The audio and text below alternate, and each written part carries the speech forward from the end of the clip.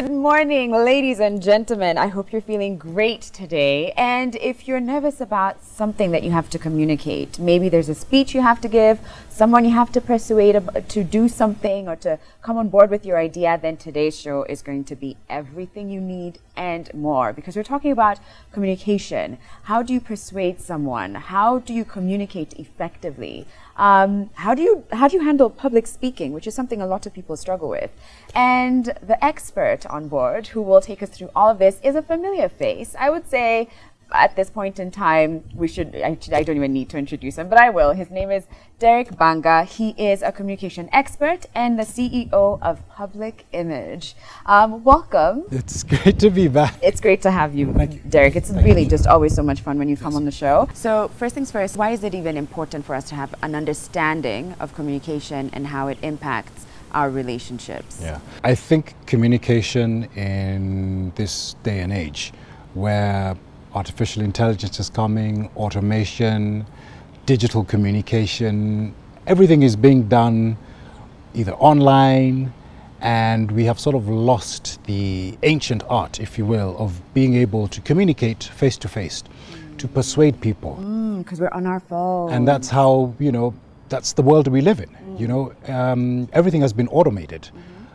But really, I think we were created by God to be able to look each other in the eye, to be able to persuade people with our thoughts. Your idea is only as good as whether you can get that idea across to the other person. So whether it's convincing your partner of something, or whether it is convincing your boss to give you a promotion or a raise, or whether it's being able to sell your ideas in any particular forum that you would imagine. Yeah, like those quick elevator pitches, or it really does impact your life if you're able to quickly and directly express what you mean. So before we even dive into like the essence of communication, what about the nonverbal cues, or nonverbal ways that we might be communicating with people? Can you give us some insight on that and how it works? Sure. So that's part of it. Nonverbal communication plays a huge role in part of this idea of persuasion. And nonverbal communication starts with some of the obvious ones, for example, eye contact, being able to develop that. And we talk about this, and particularly I talk about this, for example, with my clients, but you'd be surprised how some people struggle with to look people in the eye. And why would that be difficult for someone? It could be cultural, it could be that person's personality, how they feel about themselves. It could be all sorts of things. They may even be doing it and they don't even notice that they don't look people in the eye when they're speaking, or that the eye contact is fleeting, or and it raises all sorts of red flags. So that would be a part of the non-verbal. Eye contact. Yes, eye contact. Yeah. A smile. I mean, some of these are basic. Basic thing like a smile. We're instinctively born to react to a smile. By the way, babies smile in the womb, That's an instinct that we all have. But there's some people who, I don't know, maybe they take life too seriously and they don't realize that if you want to create rapport with any audience, that's why great people on TV like yourselves or news anchors, before they're reading the news, will always smile. Right, because it's an invitation, like, hi, you're welcome. It's a rapport. You're welcome to, Yeah, you've already started communicating to a particular audience. Right, because you can imagine if I started the show, like, shoulder slumped and was like, hi guys, we're at Parkin and we're about to speak to Derek Bbanga, because that's saying everything, isn't it? Versus if my chest is out a little, my shoulders are back, my head is up, I'm like, welcome. You have got it. That's right. Shoulders up, chin parallel to the ground. And here's the interesting thing about a lot of this nonverbal communication. So it's two sides of a coin. On one side, it's what people are seeing. So obviously, if your body language, you are contracted, you are slumping, looking down, people instinctively might think, there's something wrong, or you're not sending the right signals. But do you know that you also reinforce in yourself? So studies have shown, for example, when you open up your body and you sit up or stand upright, you increase the level of testosterone in your body, which men and women have, and lower cortisol, which is a stress hormone. So you're actually helping yourself be more confident. So I've heard that fascinating. actually. I've heard that, like right before an interview, if you're feeling nervous about something, consider going into a bathroom, literally doing that, like almost like opening up your arms as wide as possible and like taking it as like, this is mine, this is mine. 2 minutes of this before you go in for an interview. Yeah, I think you may have even said that. Was that me? Yeah, I think it may have been Derek in one of the sessions we had. Yeah. Will really lower those stress hormones and increase the good hormones of testosterone and dopamine, and you will then be able to perform better. Okay. Okay. So let's talk about visual aids, which is something that communication gurus often reference when you're, I don't know whether it's in a presentation or just, so how important are visual aids when it comes to communication? So visual aids are really important in a professional setting. I always say if you're going to give a presentation and you do have a slide deck or you have a visual aid, a presentation, never forget that you are the star of the show, by all means. But the visual aid is that. It's an aid. It's an accompaniment.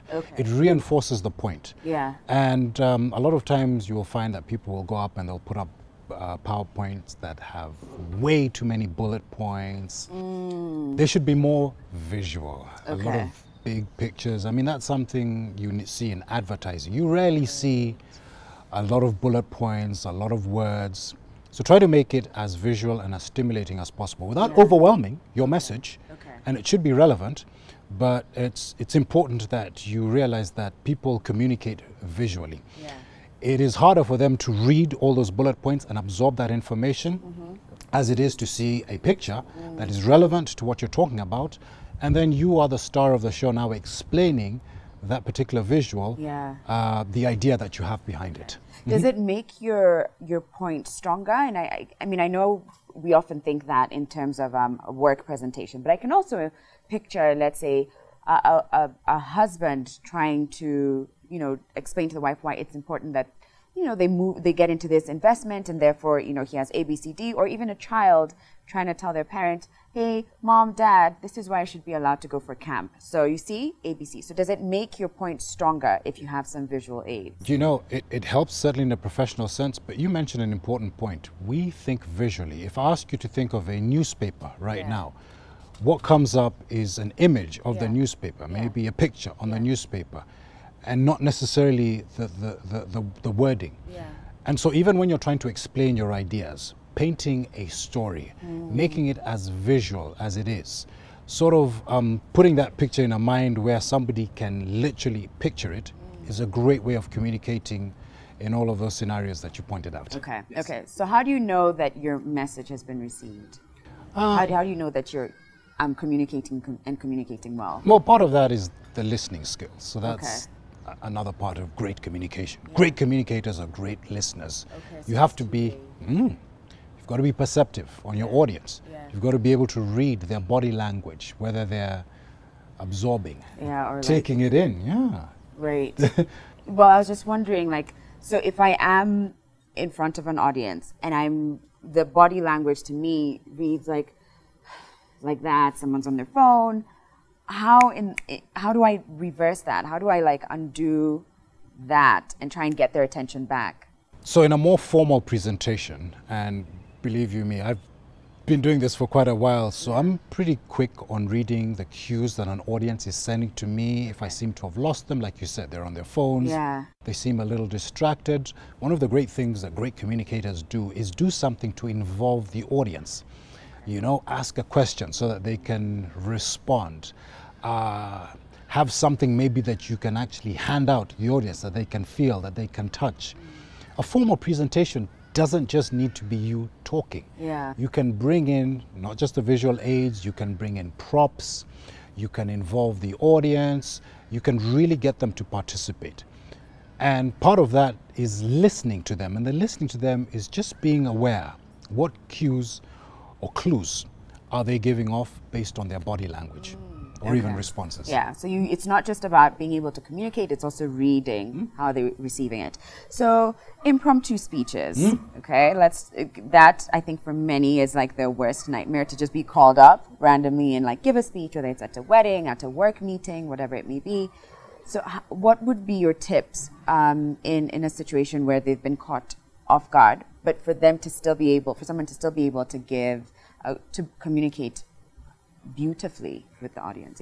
off-the-cuff speaking, Yeah. extemporaneous speaking. Yeah, one of the hardest things to do, because naturally the instinct is, oh, I'm going to embarrass myself. I don't know what to say. Yeah. But you know, one of the things that you should know is that anytime you are put in a situation like that, come up with a story.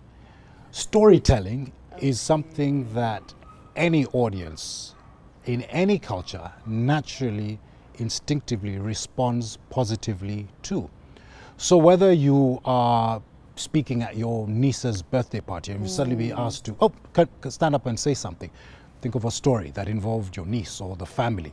You're asked to speak in church, for example, say a prayer. Involve some sort of story. And a story can be an anecdote, it can be a personal experience, it can be a place that you have traveled, someone who has affected you.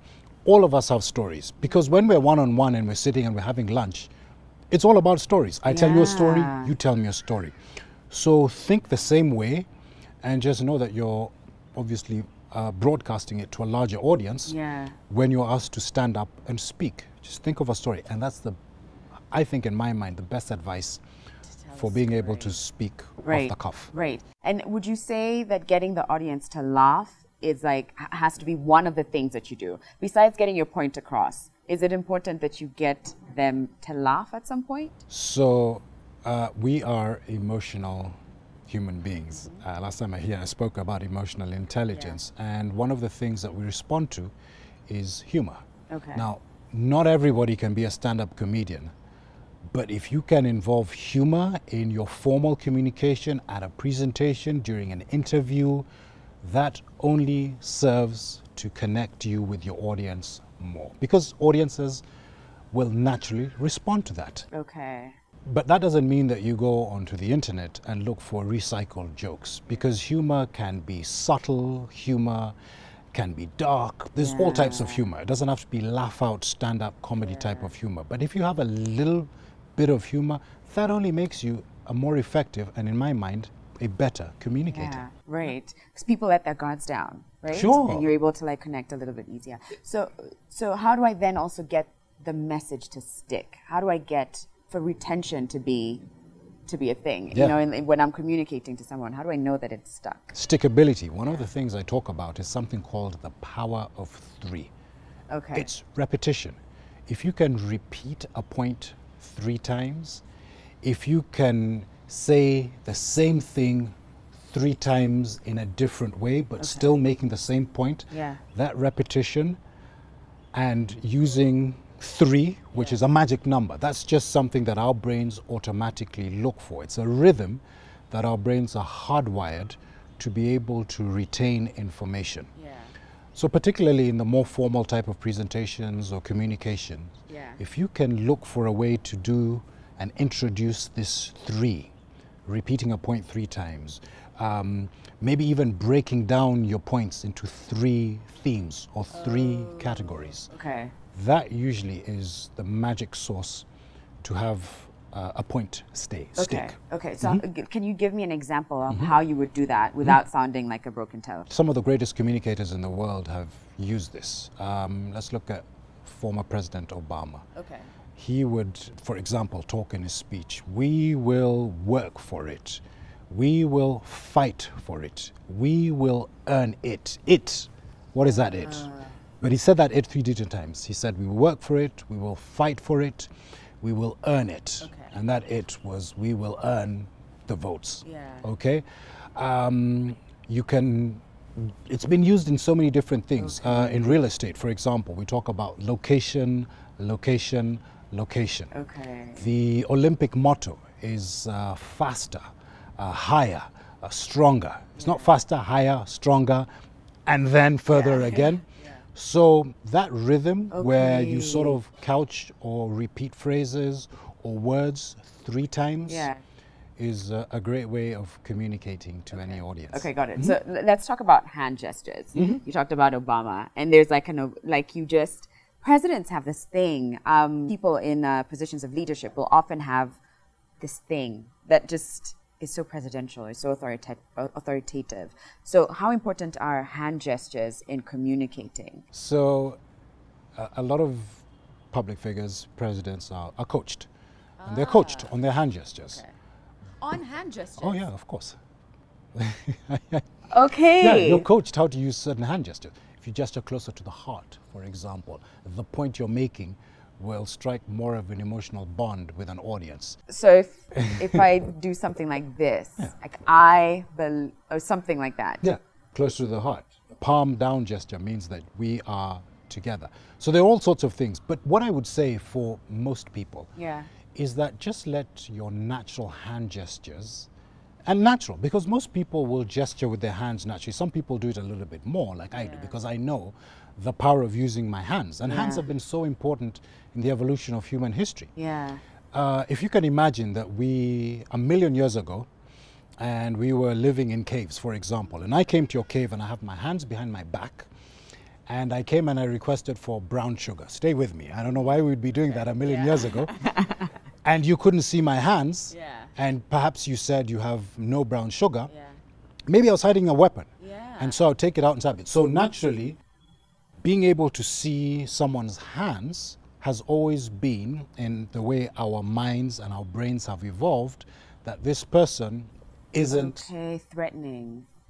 Okay. And we don't live in caves anymore, but our brains still have those reptilian, those functions that are automatic. And that's why hand gestures are really important. Because if you can gesture or gesticulate with your hands when you're making a point, like I am doing, your brain is listening to the words that are coming out of my mouth, but you're also watching my hand gestures, and the hand gestures are reinforcing my message. Now, I talked about natural hand gestures because some people don't use their hands a lot, and that's fine. But if you do use your hands, let them be in concert or in conjunction with the words that are coming out of our mouth. And then you can realize that certain gestures, like the one that I'm doing, actually... I never do that, so I'm just like practicing so that next time you'll see me living with this, like this, Yeah, and you know what's even perhaps interesting, even more interesting, is that you can use your hand gestures when you speak, for example, but what about when you're not speaking? What are your hands doing? Have you ever noticed what people are doing? Yeah, exactly. So this is the universal gesture for being closed off. In most cases, there's something that we talk about where people have sort of baseline non-verbal communication, but generally this means I'm closed off. And if you're at a party or if you're at a networking function, this is not necessarily the most inviting for people to come and talk to you, versus having my hands maybe naturally by my side. Or this one, where people are usually protecting, certain vulnerable areas, shall we say, this sort of gesture, and you see that a lot. So being aware of what your hands are doing, not only when you're speaking, but even when you're not speaking, can really revolutionize, in my mind, how you communicate. Okay, well, Derek, we have to go on break, but we'll be right back. When we come back, we'll talk about the art of persuasion, so don't go anywhere. Welcome back, everybody. We're at Park Inn by Radisson, and we're talking all things communication. And for this next segment, we are diving deep into persuasion. How do you get people to buy into your idea? I've got Derek Bbanga with me here. So, how do you get people to buy into your idea? Life is all about persuading people to buy into your idea. As children, we're trying to convince our parents to allow us to do this. Parents are trying to stop their children from doing something, to buy into the idea that you shouldn't touch the fire. And throughout our lives, whether you're an entrepreneur, whether you're in business, whether you're looking for a job, whether you're convincing someone to go out for a date with you, whether you're with your partner and you're trying to, ask them to do something, life is all about persuasive communication skills. So then what is the art of it? What's at the core of it? What are those tips? So part of that is, for example, being able to frame your thoughts or your ideas in a way that makes it easy for people to buy into that particular idea.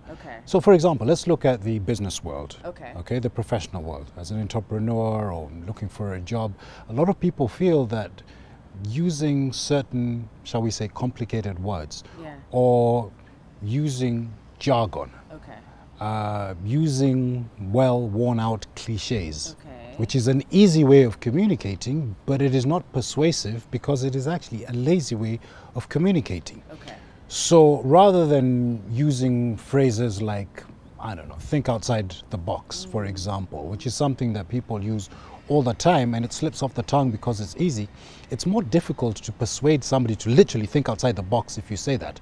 But if you tell them that, listen, let's perhaps approach this differently, let's look for a new idea of how we can, sell this particular product, and saying exactly what you mean, that to me is being more persuasive than, for example, using cliches and jargon. So number one, make sure you're communicating effectively, very clearly. It's the rule of KISS. Okay. Keep it simple to a certain extent. The greatest communicators are always people who've been able to take complex ideas and been able to distill them in a way that doesn't dumb down that knowledge, but still allows that particular idea to be made crystal clear in the mind of the person that they're trying to persuade. Okay. So a way of communicating simply.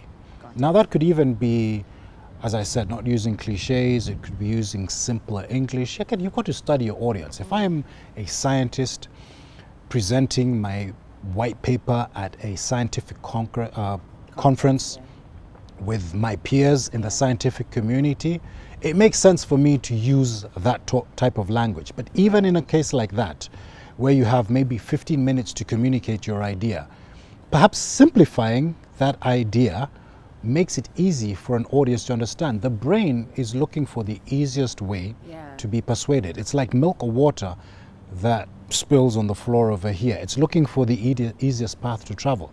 The brain is looking for easy ways to be able to make that information. And if you make it difficult, or if the brain now starts having to work harder, then you're less likely to persuade that person or have them buy into your idea. Okay, so simplicity in communication. Yes. Is there another pillar when it comes to the art of persuasion? I wouldn't call them a pillar. I mean, these are generally tips, for example, and I'm still on language. Okay. So, for example, certain words that sometimes take away from maybe the strength of a particular statement.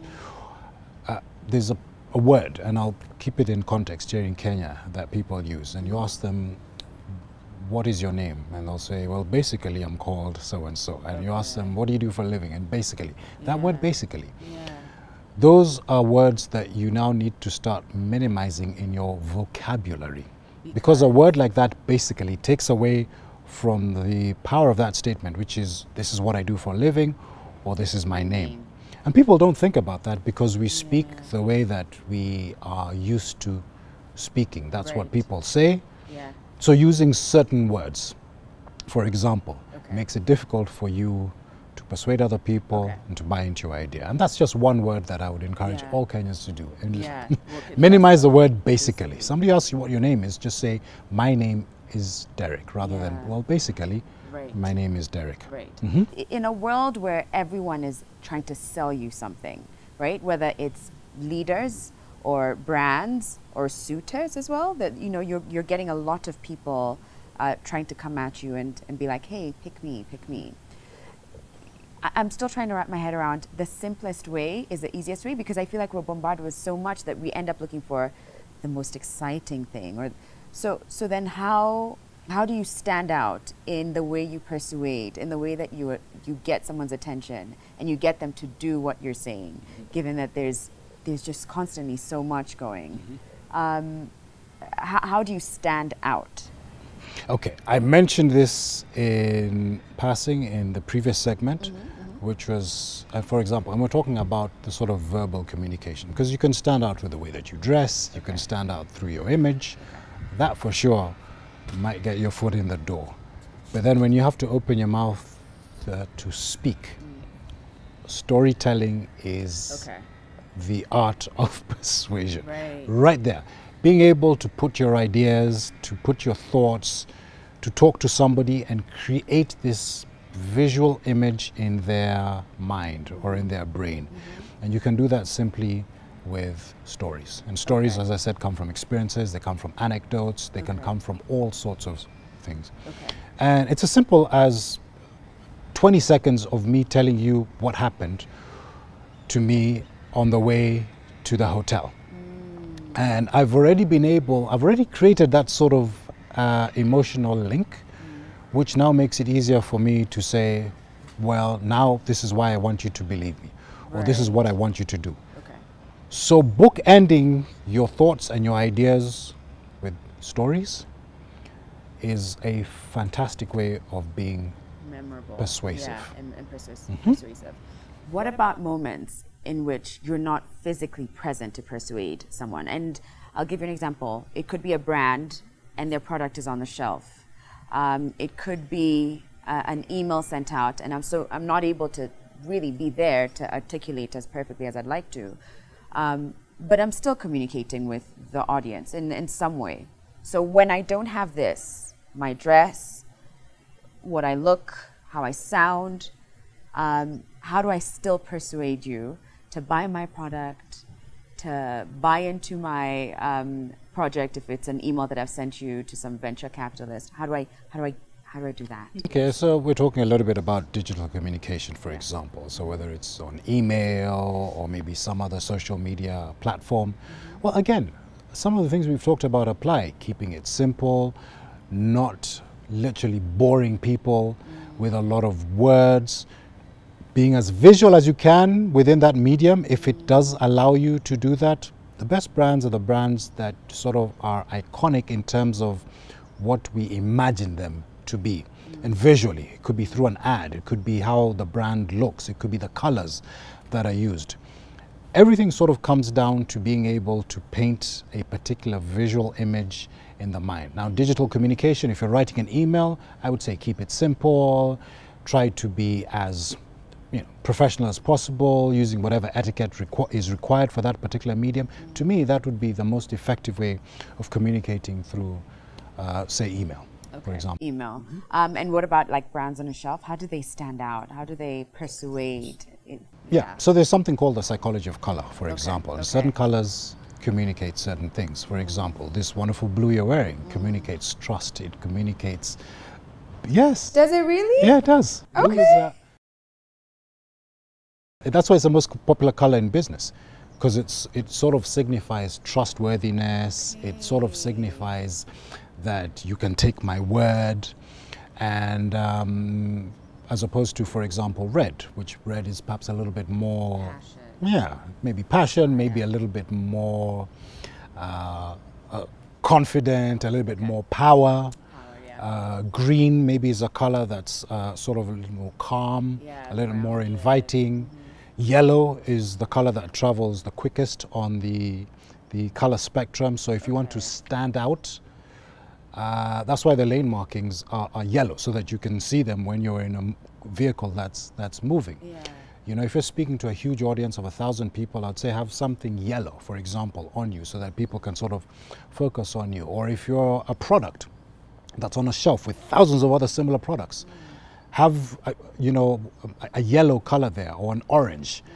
Some of those colors that would stand out, as opposed to obviously colors that would be darker. So that's how a brand would stand out, it's how they use their colors. And there are many companies and brands that are using that to stand out. And everything matters, colors, fonts, text, I guess everything is also still part of communication, especially for a brand and a product. So emotions, is that one way to persuade someone? And I mean that in the sense, if I was here saying, Derek, I really need 5,000 shillings, and then I started to cry, or perhaps I tried to get you to see why I need it, because I'm in desperate need, my XYZ mom or something needs it.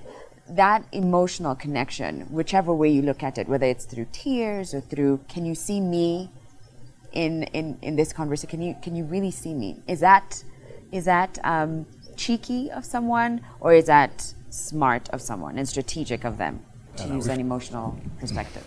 We've talked about this before. People respond to emotions so long as you're being authentic. So one of the things, for example, that I would use is that power of three.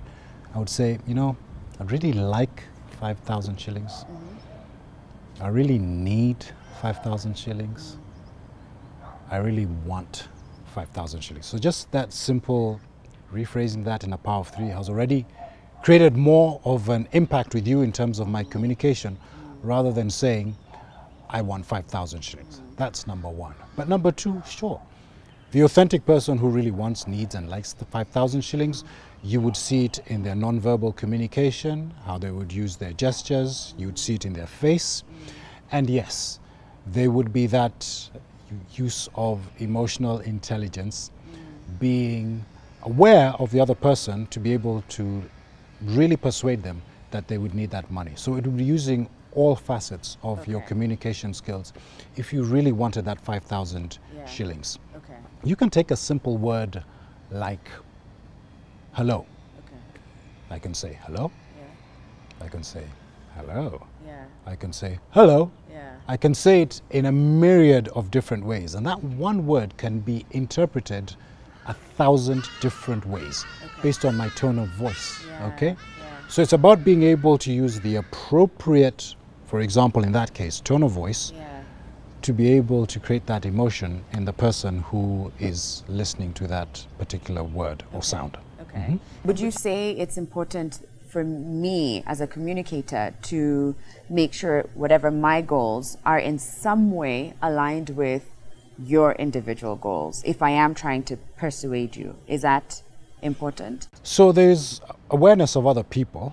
And my awareness of you is an awareness of your mood, awareness of emotions, awareness of your body language.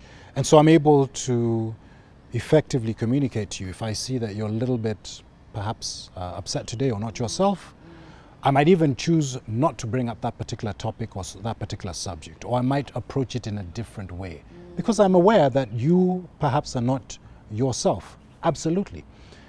But about myself as well is being true to my values, and authenticity is being the best version of yourself. And the best version of yourself would take everything into account as I am talking to a particular person. So the best version of myself, me, Derek Bbanga, is to effectively use my gestures, is to effectively use the tone of my voice, is to effectively be aware of the mood of that particular person and match, for example, my rate of speaking, how fast I am. So for example, during this interview, I'm talking a little faster than I usually do, but that's because you speak a little faster as well. And the way for me to create rapport with you is to match my rate of speaking. I'm literally doing it. Really? Yes, really. Oh, so... But when you slow down, I also slow down. And you don't necessarily notice it consciously, and I'm giving away a trade secret.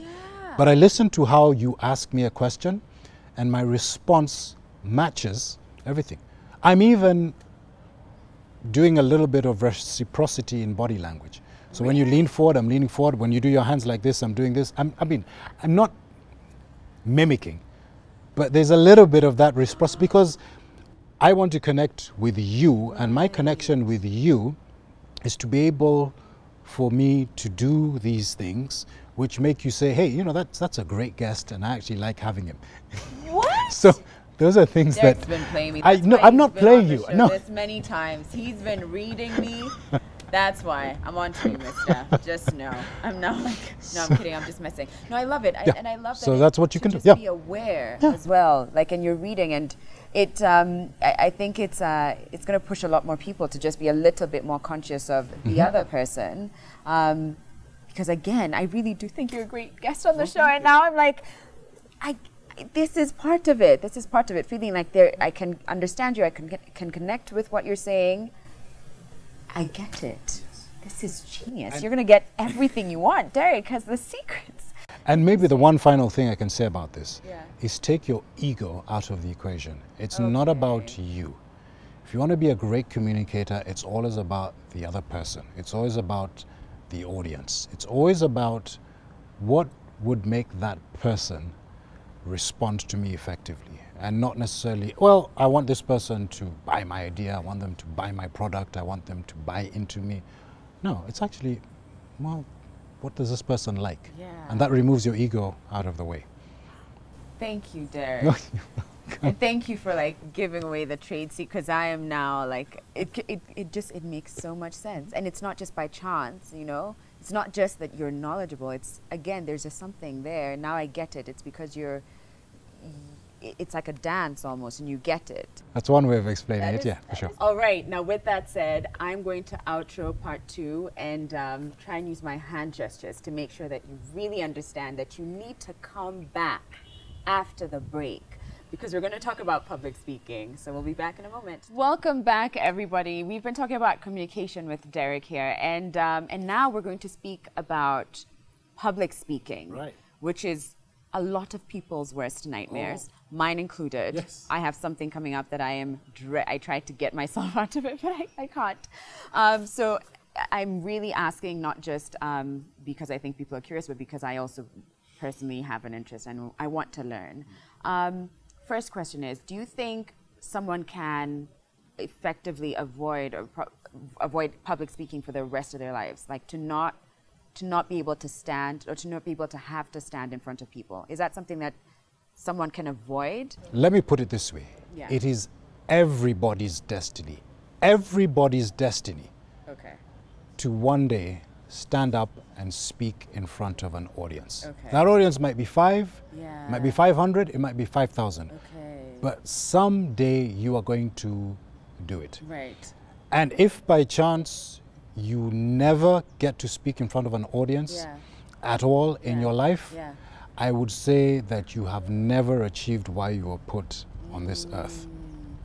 In other words, what I'm saying is that I talk about a lot of skills. To me, public speaking ranks up there. I don't even call it a soft skill anymore. I call it a fundamental skill. Oh. Because even what you learn in formal public speaking can be used in one-on-one communication. It Okay. literally is a must-have in your portfolio of skills if you want to become the best version of you today. So whether that's in a classroom, a church, a work meeting, village or community, like neighborhood meeting, you're probably at some point going to stand in Whether front of an audience it's and in have the to village, mashinani, Yeah. whether it's in a nice fancy hotel like Yeah, this, yeah. church, birthday party, wedding, at some point somebody's going to say, can you stand up and say something? speak. Already, And even just you saying that, like that's I'm the like, reaction, yeah. how do you stand up and not throw up? How do you stand up in front of people and communicate, especially when you have all the nerves and all of that? How do you get rid of that? So first of all, as much as I've said it's a destiny and something that you need to sort of have as a skill, Yeah. put it into perspective. What is the worst that can happen? You stand up and you fumble and you sit down. People's lives continue. They don't even, it doesn't even register. So if you put it in perspective in terms of things that can go wrong in your life, public speaking, if it goes wrong, really ranks at the bottom. But if you get it right, it's amazing. It opens up doors, people ask you to do it again, it's wonderful for your brand. So put it into perspective. That nervousness that you're feeling, by the way, is something that all public speakers feel. I don't care whether you are Donald Trump or you're Derek Bbanga or you're Sharon Mendia. At some point, you do feel a little bit nervous because it's a human condition to want to impress people, not to want to make a fool of yourself. Yeah. But because everybody suffers from that condition, your audience also recognizes that. And so their expectations are not going to be that high because they know what it's like. And if you can quantify it, let's say it was 10% of a speech. Okay? 10% is nervousness. That 10%, most people do not even notice it. You notice it yourself. They don't notice your sweaty, your sweaty armpits. No, they don't. I mean, unless you have a gigantic, massive strength. But if your hands are down here, most people will not notice it. If you're shaking a little bit, most people don't. Unless it's literally you're holding a piece of paper. Most people do not notice that. They may notice one or two signs, but again, people sort of expect that because everybody has been in that position. And I guess that's a good one, to know that people are already going to be gentle because they understand that it's a nerve-wracking thing anyway. So it's like, let's just, it's understandable. I mean, most people will not judge us that harshly when it comes to delivery. And I have to say this, because the bar is generally set so low, people's expectations are right there. It's like, why should somebody come up and move us? Why should somebody come up and speak and the hairs on the back of our neck stand up? Because that happens so infrequently. Most people are used to the general speech. You get up, you clap politely, you say a few words, you sit down, and life goes on. Right. I guess, and that's the pressure we put on ourselves. We think this ought to be the speech that changes your life forever. This is the Oprah speech that will stick with you throughout your life. But really, all you need to do is just like own your truth in that moment and just share what you have to share. Yeah, and in fact, let me just say, if there are three speeches you will always give anytime you get up to speak. There's the one that you prepare, if you do prepare, which again, not most people do. Then there's the one that you deliver, and then there's the one that you wish that you gave. And everybody, even the most seasoned veteran speakers, will always go back, and it's human nature to be critical and say, oh, I forgot to say that, I wish I had done this. So every time you get up and speak, you sort of improve and do a little better next time. Okay. Right. So let's talk about the prep work. Yes. How, I mean, I've heard of things like, you know, what you should do, and then when you stand there, just imagine everyone is naked, and it's like, I don't think that ever works. And also, who wants to imagine not a naked audience? I don't know about you. That wouldn't work for me. So are there like things you could do that will help prep you for that moment when you're standing up and having to give that speech? And that's a great question. First of all, please don't imagine your audience naked. No, that's not a good thing. I don't even know. But there's all kind of weird advice out there. But preparation is definitely solid advice. And the great speakers, you look at them and you're like, wow, this person, they're so natural at it. No, they're not natural. This person prepared. Believe you me. There's stories that are told of the legendary Steve Jobs, who was an icon when it came to public speaking. And he literally prepared for days to deliver a 1-hour presentation. We may not have that time, but you certainly do have the time to prepare, even a little bit. Now, what goes in that preparation depends on how formal or informal the speech is. So if you're giving a more formal speech, one of my suggestions would be to at least practice it at the very least 3 times. Now, you can practice it in front of somebody who can give you some feedback. And yes, you can practice it in front of a mirror, but that's really not going to tell you much other than the fact that you are rehearsing what you are going to say. You're kind of refining your ideas, how you're going to present them. You might need to shorten your speech or your presentation, which most people need to do. If you have slides, for example, you might decide to work on those a little bit, but you can't go up on stage and be delivering it for the first time tomorrow. So you've got to prepare. Preparation is the key to confidence, and confidence is definitely the key to success. What happens if you end up fumbling? If you make a mistake, say the wrong word, say the wrong thing? How do you pick yourself up from that in that moment? Yeah, that happens to the best of us. I mean, I can't tell you the number of times that has happened to me. You say the wrong word, you forget what to say. Again, you're a human being. Just take a deep breath, calm yourself down, remove the fleeting thoughts that are in your mind, and just pick up where you left off. And by the way, don't make a big deal of it. So some of us have a tendency to apologize, and you apologize for things that really you don't need to apologize for. Just get on with it. People are not there to listen to your apology if you you know, if you misspoke or if you said the wrong word. I mean, unless you say something that's completely off the wall. I give an example of I think it's the Indian president, not the prime minister. Indian president was giving a speech to the United Nations. Okay, so huge audience.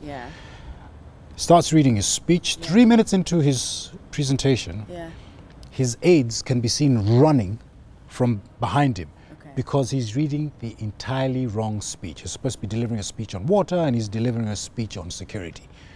So obviously he had not prepared, he didn't know, he was just given his speech and told, go ahead and speak.